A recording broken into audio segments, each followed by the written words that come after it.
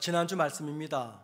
베드로와 바울은 자신들의 사역 경험을 근거로 해서 구원은 율법이나 할례를 받지 않고 믿음으로 받을 수 있다 진술했습니다. 자, 그리고 나서 예루살렘 교회 최고 지도자이자 예수님의 동생이었던 야고보가 구약 성경 말씀을 근거로 해서 이 두 사람의 진술이 참되다라고 증명해 주었어요.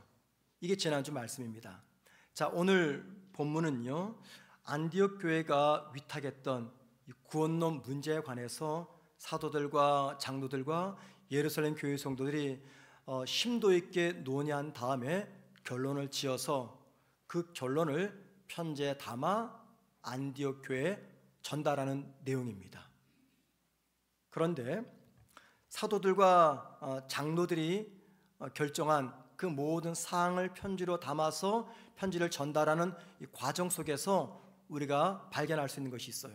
그것은 예수님의 십자가 정신이며 오늘 우리가 함께 했던 이 성찬식의 의미와 정신입니다. 편지 내용과 편지를 전달하는 이 과정에서 십자가의 정신, 성찬식의 의미를 발견할 수가 있습니다. 그러면 도대체 편지가 어떤 내용이었길래 그 편지 속에서 이러한 것들을 찾을 수 있는가? 오늘 편지를 보면은요, 5개의 큰 특징이 있습니다. 첫 번째는 편지를 보내는 발신자와 편지를 받는 이 수신자의 관계를 설명합니다. 23절 보시겠습니다. 그 편에 편지를 붙여 이르되 사도와 장로된 형제들은 안디옥과 수리아와 길리기아에게 있는 이방인 형제들에게 문안하노라. 편지를 보내는 발신자인 사도들과 장로들은 형제들이라고 말합니다. 누구의 형제라고 말하는 겁니까? 그 편지를 받고 있는 안디옥 교회의 이방인 성도들의 형제다라고 말합니다. 또 편지를 받는 수신자인 안디옥 교회의 이방인 성도들을 형제라고 호칭해 줍니다.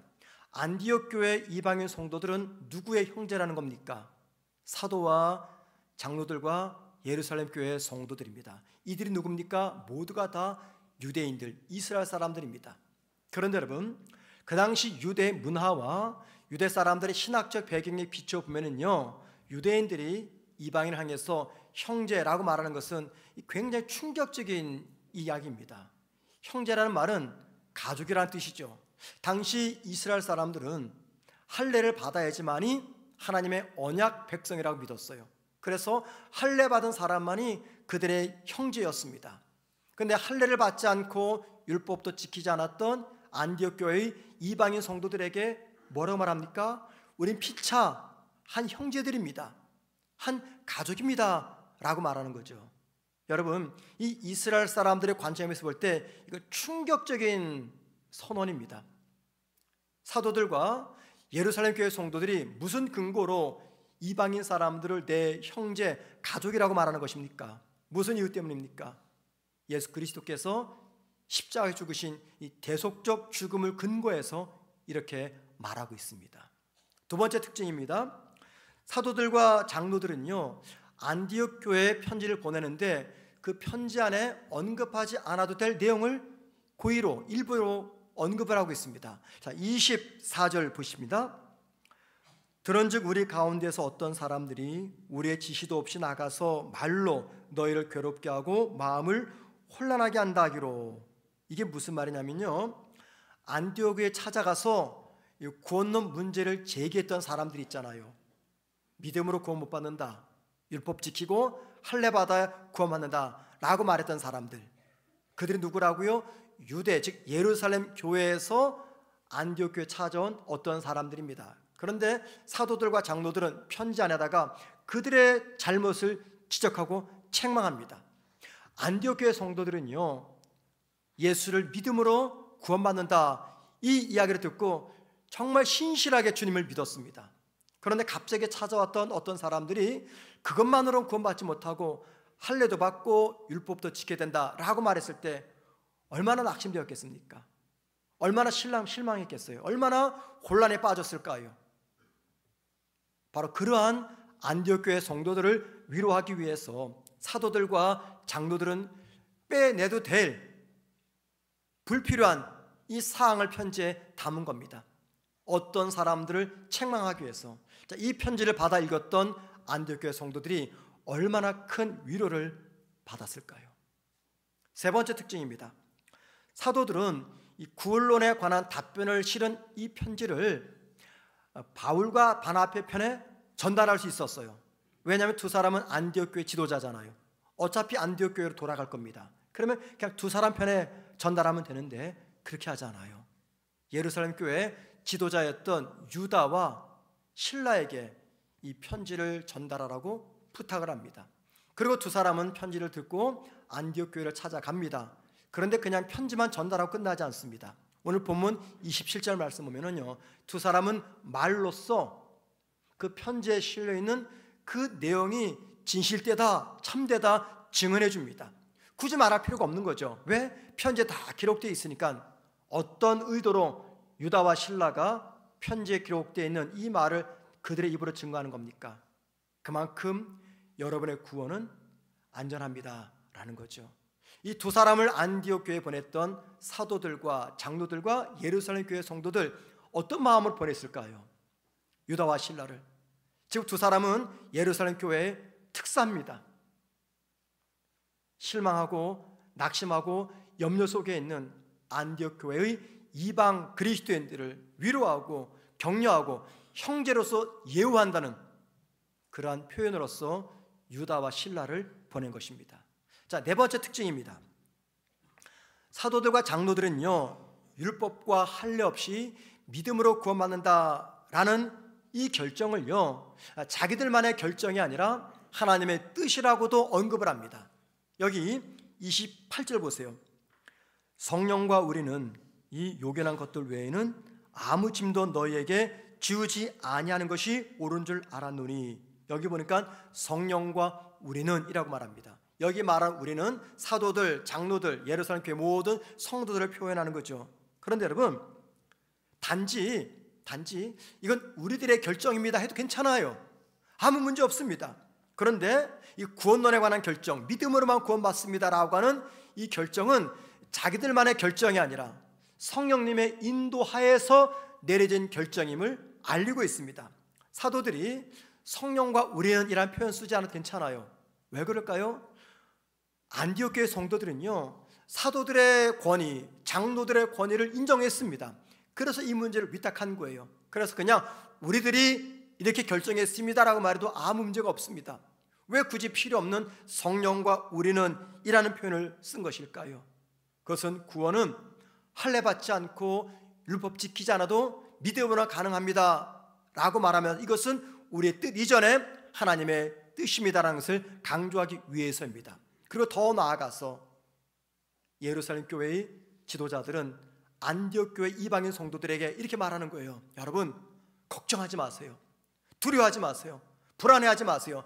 여러분이 믿음으로 구원받은 것은 하나님이 인정하시는 분명한 사실입니다. 이것을 밝히기 위해서 성령과 우리는 이라고 표현하고 있는 것이죠. 마지막 다섯 번째 특징입니다.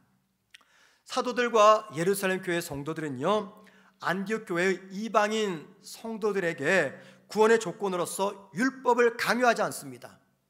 대신에 최소한의 권고사항만 지킬 것을 권면합니다. 자, 29절 보십니다. 우상의 제물과 피와 목매어 죽인 것과 음행을 멀리 할지니라. 네 가지를 멀리해라. 우상 앞에 드려진 제물, 피채 먹는 것, 목매달아 죽은 것, 음행, 이 네 가지만 멀리해라 라고 말합니다. 여러분, 왜 사도들은 안디옥 교회 성도들에게 이 네 가지를 멀리해라고 권면하고 있는 것입니까? 우리가 지금까지 간단하게나마 살펴봤던 이 편지의 특징 네 가지를 한번 생각해 보세요. 그 네 가지 특징을 생각하면 왜 이 네 가지를 금해라 권면했는지 이유를 알 수가 있습니다. 이것은요, 윤리적 지침이 아닙니다. 예수 믿는 사람은 이렇게 살아야 된다, 윤리적 지침이 아닙니다. 이게 뭐냐면 유대인 성도들과 이방인 성도들 간의 화목과 조화를 이루기 위한 지혜로운 권고 사항이었습니다. 유대인 성도들은요, 예수를 믿으면서도 여전히 뭘 지켰냐면 구약에 기록된 율법의 조항들을 지켰어요. 그래서 우상 앞에 드려진 제물 먹지 않았습니다. 피채 먹지 않았습니다. 목매달 죽은 거 먹지 않았습니다. 왜? 율법에 규정된 것을 계속해서 지키기 때문에, 이 생활법이기 때문에 그래요. 그런데 이방인 그리스도인들은 유대인이 아니잖아요. 이걸 지킬 필요가 없는 겁니다. 이건 그냥 이스라엘의 문화입니다. 문화, 종교 이전에 이방 사람들은 지킬 필요가 없는 거예요. 그런데도 안디옥 교회의 이방인 성도들에게 이 네 가지 지킬 것을 권고한 것은 이 네 가지를 지키고 있는 유대인 그리스도인들과 이방인 그리스도인들이 서로의 문화적, 종교적 다름과 차이와 배경을 존중하면서 서로 화목하게 지내자라는 것을 권면하기 위해서입니다. 사도들의 이러한 권고사항은요, 이방인 성도들과 그리고 유대인 신자들이 서로 배려하고 양보함으로써 평화와 화합을 이루기 위한 지혜로운 절충안이었습니다. 자, 지금까지 이 편지에 담긴 5가지 특징을 말씀드렸어요. 다 기억하고 계시죠? 자, 기억 못하실 겁니다. 예. 그런데 여러분, 이 5가지 제가 시간상 다시 열거하지 않지만, 또 우리가 기억하지 못하지만 적어도 이 5가지 특징을 들으면서 한 가지는 머리에 남습니다. 이 공통점이 있어요. 그 공통점을 한 단어로 말하자면 저는 배려라고 생각이 됩니다. 배려. 배려가 순수 우리말이 아니죠. 이건 한자입니다. 한자로 풀면요, 이 배자는요, 나눌 배입니다. 이거는 생각할 여입니다. 나눌 배, 생각할 여. 이게 무슨 말이냐면 타인의 상황과 입장과 그 다음에 모든 조건들을 신중히 생각해서 서로 간의 관심과 마음을 나누는 행위. 다시 말씀드립니다. 타인의 상황과 입장을 신중히 생각해서 서로 간의 생각과 마음을 나누는 행위. 이게 배려, 나눌 배, 생각하려 배려입니다. 안디옥 교회 성도들을 향한 사도들의 이 배려하는 마음에서 오늘 본문에 나오는 이 편지가 기록된 겁니다. 양보하는 마음, 하나가 되는 마음, 존중하는 마음, 희생하려는 마음, 이 마음이 바로 이 배려심에서부터 나온 것이다 라는 겁니다. 자, 그러면 여러분, 이 편지를 받아봤던 안디옥 교회의 성도들 반응은 어땠을까요? 오늘 본문은 아닌데 31절 보시기 바랍니다. 읽고 그 위로한 말을 기뻐하더라. 그 편지를 가리켜서 뭐라고 말해요? 위로의 편지. 위로의 편지. 그리고 기뻐했대요. 왜 그랬을까요? 왜 기뻐했을까요? 안디옥 교회 성도들은 그 편지 속에서 뭘 발견한 겁니까? 유대 그리스도인들이 자기들을 배려하는 그 따뜻한 마음을 발견한 거예요. 그래서 위로받고 기뻐했다라고 말합니다. 여러분, 한번 생각해 보십시다. 사도들과 장로들과 예루살렘 교회 성도들이 안디옥 교회 이방인 성도들과 하나 되기 위해서 그들을 배려했던 이 마음이 도대체 어디에서부터 나온 마음입니까? 바로 이 마음이 십자가 마음 아니겠습니까? 이 마음이 오늘 성찬식에 담긴 정신이 아니겠습니까? 그래서 바울은요, 주님의 십자가 죽음으로 인해서 일어난 결과를 이렇게 말합니다. 갈라디아서 3장 28절입니다. 너희는 유대인이나 헬라인이나 종이나 자유인이나 남자나 여자나 다 그리스도 예수 안에서 하나이니라. 유대인, 이방인, 종, 주인, 남자, 여자 모두가 다 하나다 그 말입니다. 다 동등하다, 차별이 없다, 하나다. 무엇 때문에요? 그리스도 예수 안에서. 이게 무슨 말입니까? 그리스도의 십자가 죽음 때문에, 대속적 죽음 때문에 우리 모두는 차별이 없는 하나가 되었다 말합니다. 또 에베소서 2장 14절에서 이렇게 말합니다. 그는 우리의 화평이신지라 둘로 하나를 만드사 원수된 것 곧 중간에 막힌 담을 자기 육체로 허시고. 하나님과 우리 사이에는요, 담이 있었어요. 그래서 하나님께 가까이 나아갈 수도 없었고 그 담 때문에 하나님 우리를 자녀로 택하지도 못하셨어요. 뿐만이 아닙니다. 사람과 사람 사이에 다양한 벽이 놓여 있습니다. 그런데 우리 주님이 이 벽을 허무셨어요. 여기 말씀하지 않습니까? 막힌 담을 자기 육체로 오시고. 어떤 사건을 의미하는 겁니까? 십자가의 사건. 십자가에서 죽으심으로 하나님과 우리 사이에 막혀 있었던 담을 허무셨습니다. 십자가의 죽으심으로 인간과 인간 사이에 가로막힌 다양한 벽들을 허무셨습니다. 여러분, 우리 죄인을 향한 주님의 이 마음에 어떤 마음이 담겨 있는 겁니까? 배려하는 마음이죠. 배려하는 마음. 굳이 당신이 십자가에서 죽지 않아도 되는데 죄인인 우리를 배려하셔서 친히 십자가에서 죽으심으로 하나님과 우리를 연합하셨어요. 우리의 사이에 놓여 있는 벽을 허무셨습니다. 이 모든 것들이 주님의 배려하는 마음이라는 겁니다. 바울은요, 고린도전서 10장 16절 17절에서 우리가 조금 전에 했던 이 성찬식의 의미를 이렇게 말합니다.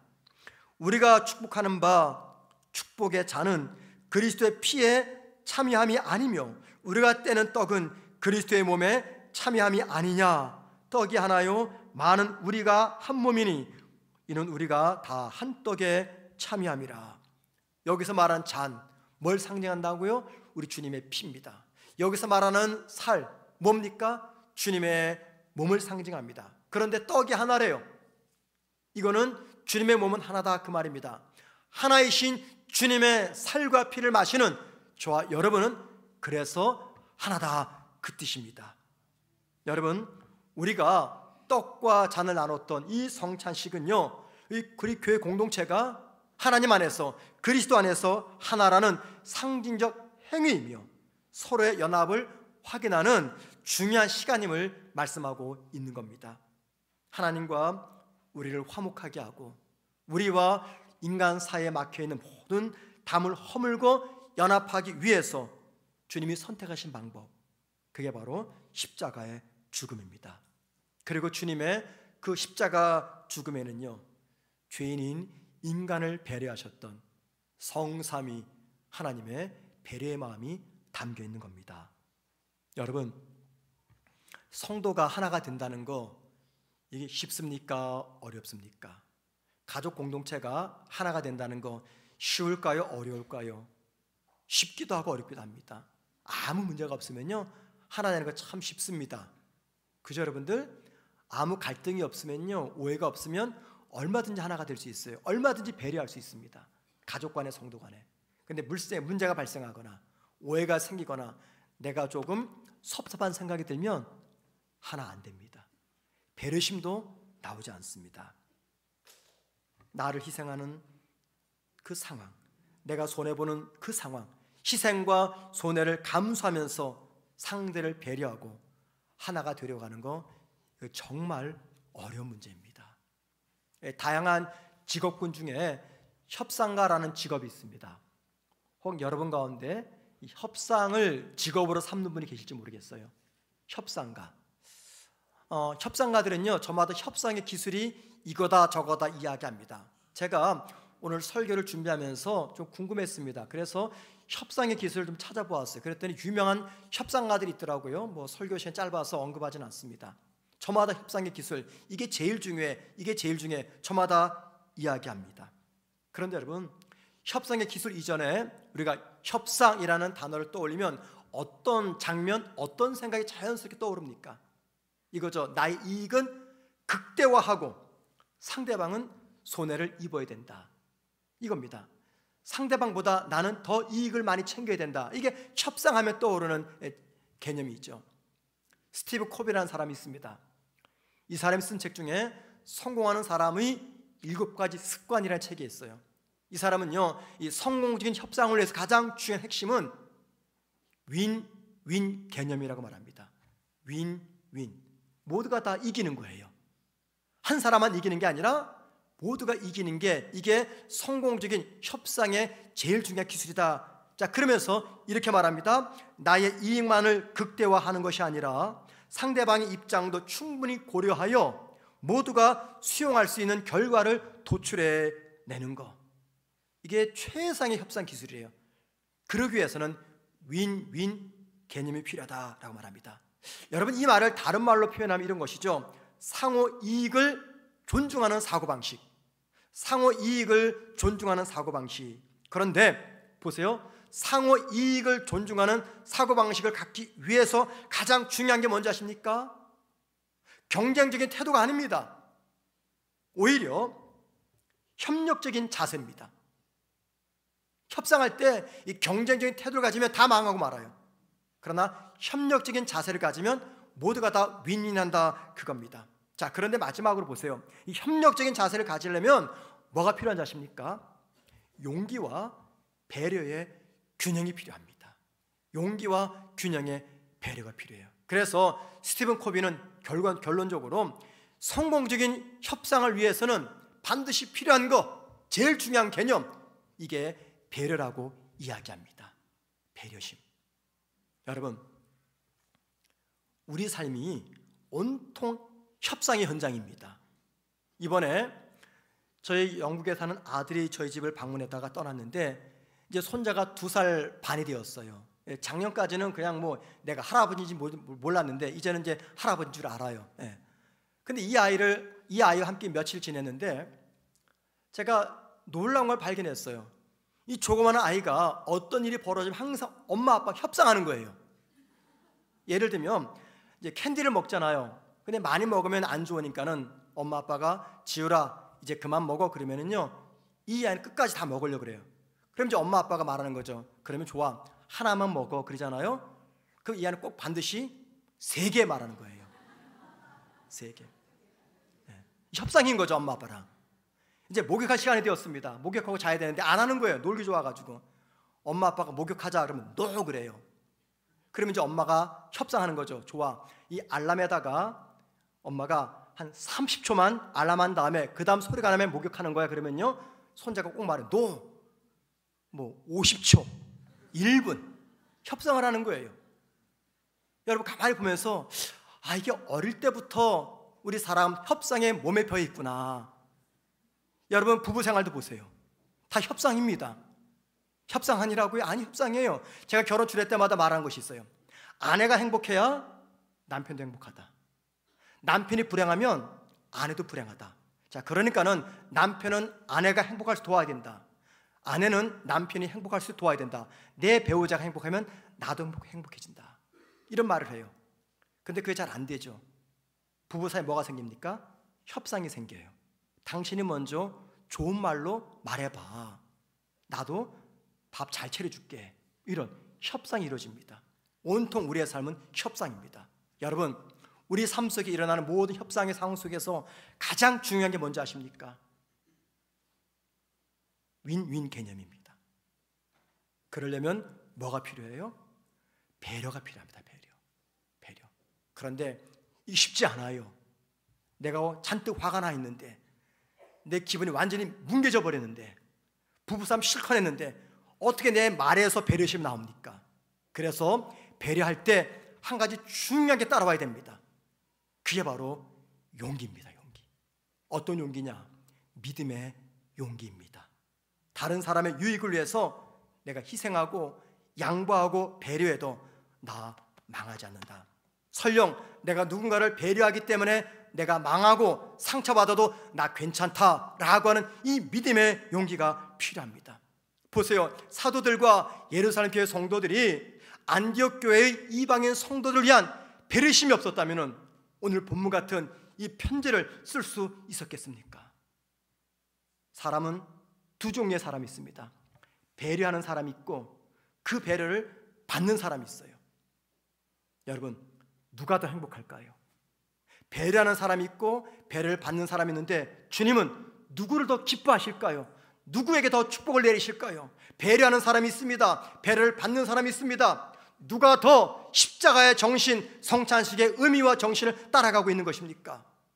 전자이죠. 배려하는 사람입니다. 배려를 받는 사람보다 배려하는 사람 마음이 더 편안하고요, 기분 좋고 행복합니다. 주님이 그 인생을 더 복되게 하십니다. 여러분, 용기가 필요합니다. 용기. 내가 누군가를 위해서 양보하고 희생하고 손해보고 무시당하고 억울한 누명 써도 하나님이 다 보고 계시고 하나님 다 알고 계시니까는 괜찮다라고 하는 이 믿음의 용기, 그 용기에서 진정성 있는 배려가 나오는 것입니다. 여러분, 우리는 하나님 있는 하나님의 백성들이에요. 어떤 하나님이 있습니까? 오늘 내 삶의 현장에서 내 순간순간을 보시고 들으시는 그 하나님을 믿고 있습니다. 그저 여러분들, 그 하나님을 믿는 저와 여러분이 내가 조금 희생되더라도, 손해보더라도, 억울하더라도 누군가를 위해서 십자가의 정신에 따라서, 성찬식의 정신을 따라서 내가 배려할 때 그 모습 바라보시는 하나님께서 얼마나 기뻐하시겠습니까? 그게 바로 내가 원하는 내 자녀의 모습이야 말씀하지 않겠습니까? 우리 모두가 믿음의 용기 가지고 배려하는 그런 삶을 살아가기를 주의 이름으로 축원을 드립니다.